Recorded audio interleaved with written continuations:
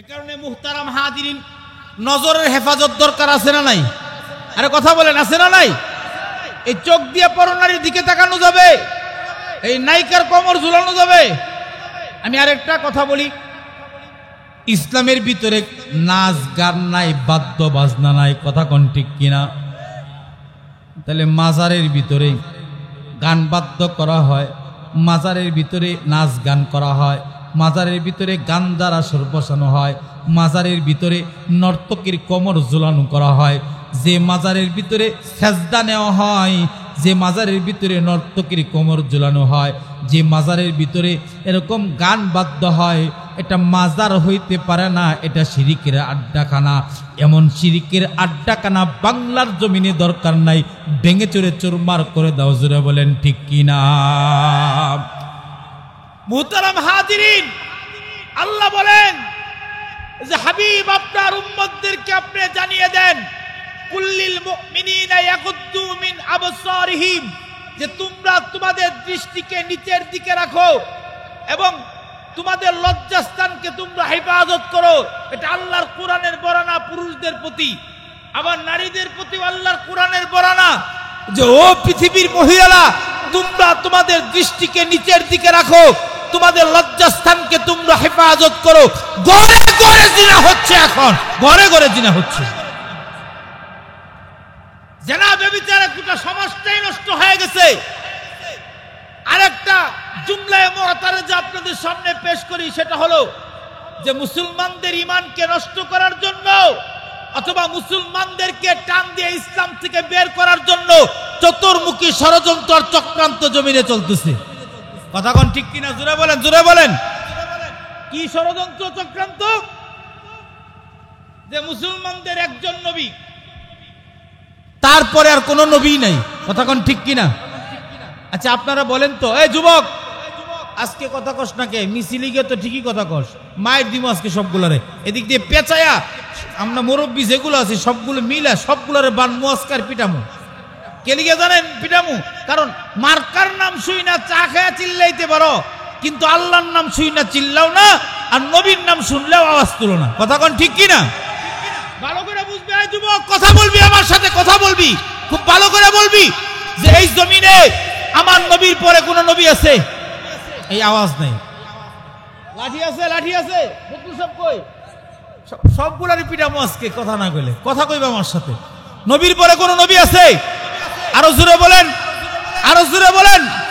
মুসলমানদের নবী একজন, তিনি মুহাম্মাদুর রাসূলুল্লাহ, তিনি শেষ নবী, তার পরে কোন নবী নাই।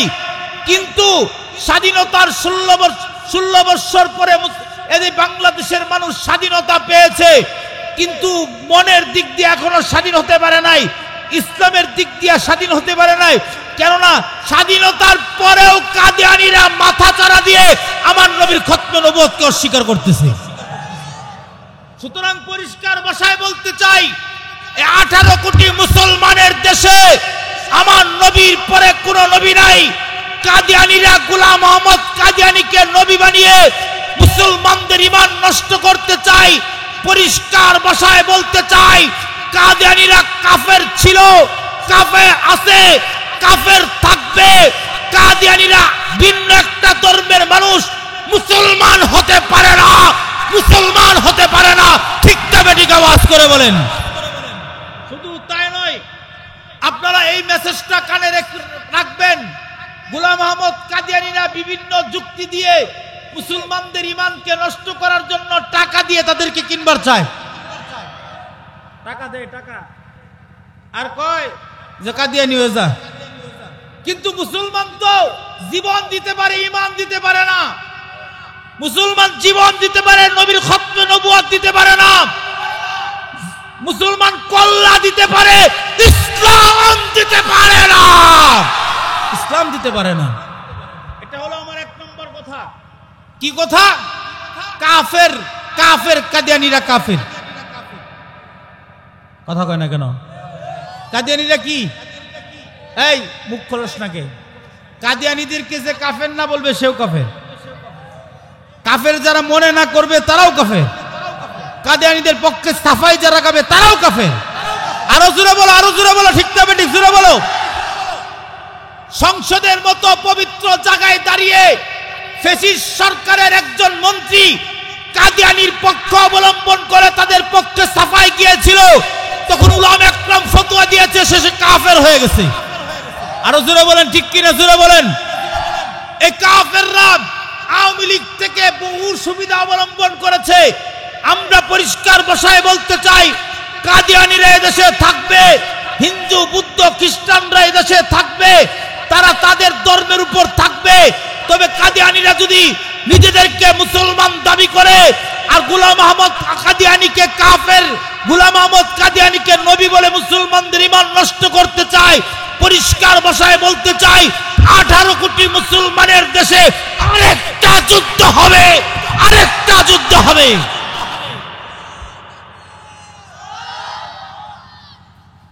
দুই নাম্বার কথা, কষ্ট হইতেছে তোমাদের মুখ হাসি আয় করতে আমার জানা হয় না। দুই নাম্বার কথা কি, আমাদের দেশের স্বাধীনতার পর থেকে দেশে হিন্দুরা বসবাস করে, হিন্দুদের সাথে আমাদের কোনো দাঙ্গা হয় নাই। কথা কয় না কেন? হিন্দুদের সাথে আমাদের ঝগড়া হইছে, দাঙ্গা হাঙ্গামা হইছে। আমাদের মুসলমানদের হাতে কোনো হিন্দু নির্যাতিত হইছে? আপনারা তো বাংলাদেশের মানুষ, আপনারা জানেন, আপনারা বলতে পারবেন কোন মুসলমানের হাতে কোন হিন্দু নির্যাতিত হয় নাই? কোন মুসলমানের হাতে কোনদিন কোন হিন্দুর মন্দির আক্রমণ করা হয় নাই? তাদের ধর্মের উপর তারা আছে, তাদেরকে আমরা সাপোর্ট করব।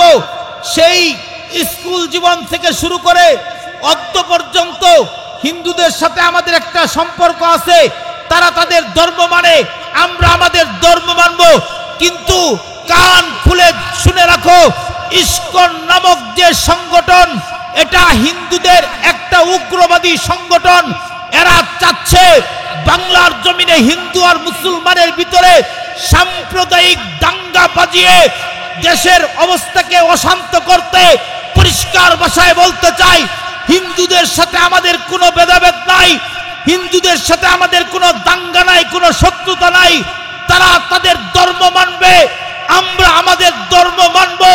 তবে এই 18 কোটি মুসলমানের দেশে অবৈধ ইসকন নামক সন্ত্রাসী সংগঠনকে বন্ধ করতে হবে, বন্ধ করতে হবে।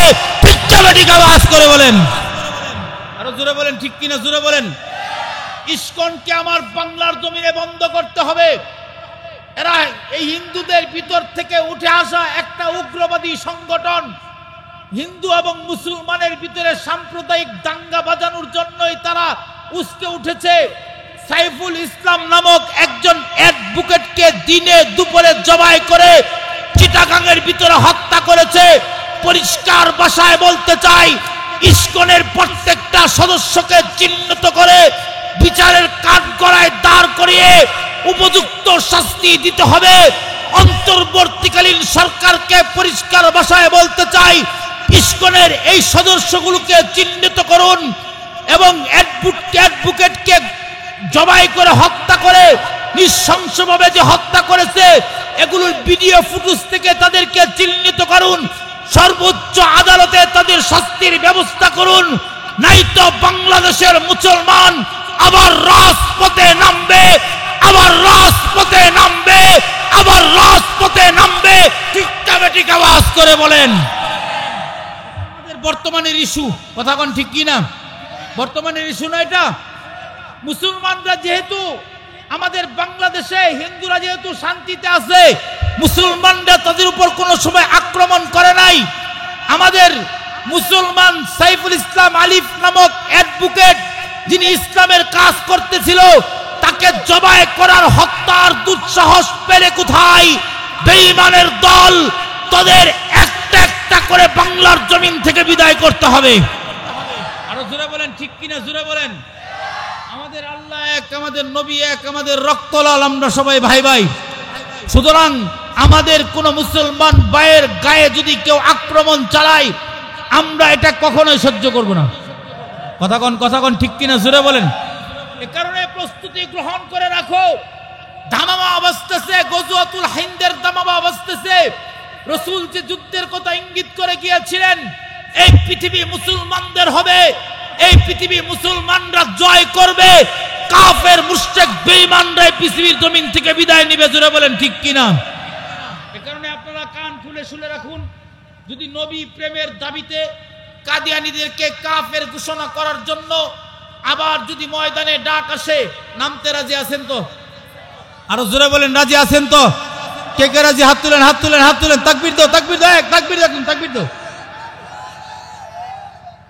তাকবীর দাও, তাকবীর দাও। দাঁড়াও, দাঁড়াও, তাকবীর দাও। মিয়া একজনে তাকবীর দাও, জোরে তাকবীর দাও। নারায়ে তাকবীর, নারায়ে তাকবীর, নারায়ে তাকবীর, লিল্লাহে তাকবীর, লিল্লাহে তাকবীর। আমি বলবো কাফের কাফের, আপনারা বলবেন কাদিয়ানীরা কাফের। কাফের কাফের কাফের কাফের। আমি বলবো নবীর পরে নবী নাই, আপনারা বলবেন সংসদে আইন চাই। নবীর পরে নবী নাই, জুড়ে নবীর পরে নবী নাই, আরো জুড়ে নবীর পরে নবী নাই। লিল্লাহি তাকবীর। 3 নম্বর কথা, সত্য, আল্লাহ সত্যবাদী, সত্যবাদীকে আল্লাহ পছন্দ করেন। এ কারণে রাসূল বলেন, জীবন চলার পথে কোনোদিন মিথ্যা কথা বলবা না, সদা সর্বদাই সত্য কথা বলবা। এটা 1 নম্বর। 2 নম্বর, ওয়াফু ইযা ওয়া'আদতুম। নবীজি বলেন, ওয়াদা দিয়া ওয়াদা ভঙ্গ করবা না। 5000 টাকা নিছো একজনের কাছ থেকে, 3 দিনের কথা কয়ে নিছে, 3 মাস যায়, 3 বছর যায়, তার ছায়াও খুঁজে পাওয়া যায় না। আছে না নাই? আল্লাহর নবী বলেন, ওয়াফু ইযা ওয়া'আদতুম, ওয়াদা দিয়া ওয়াদা ভঙ্গ করবা না।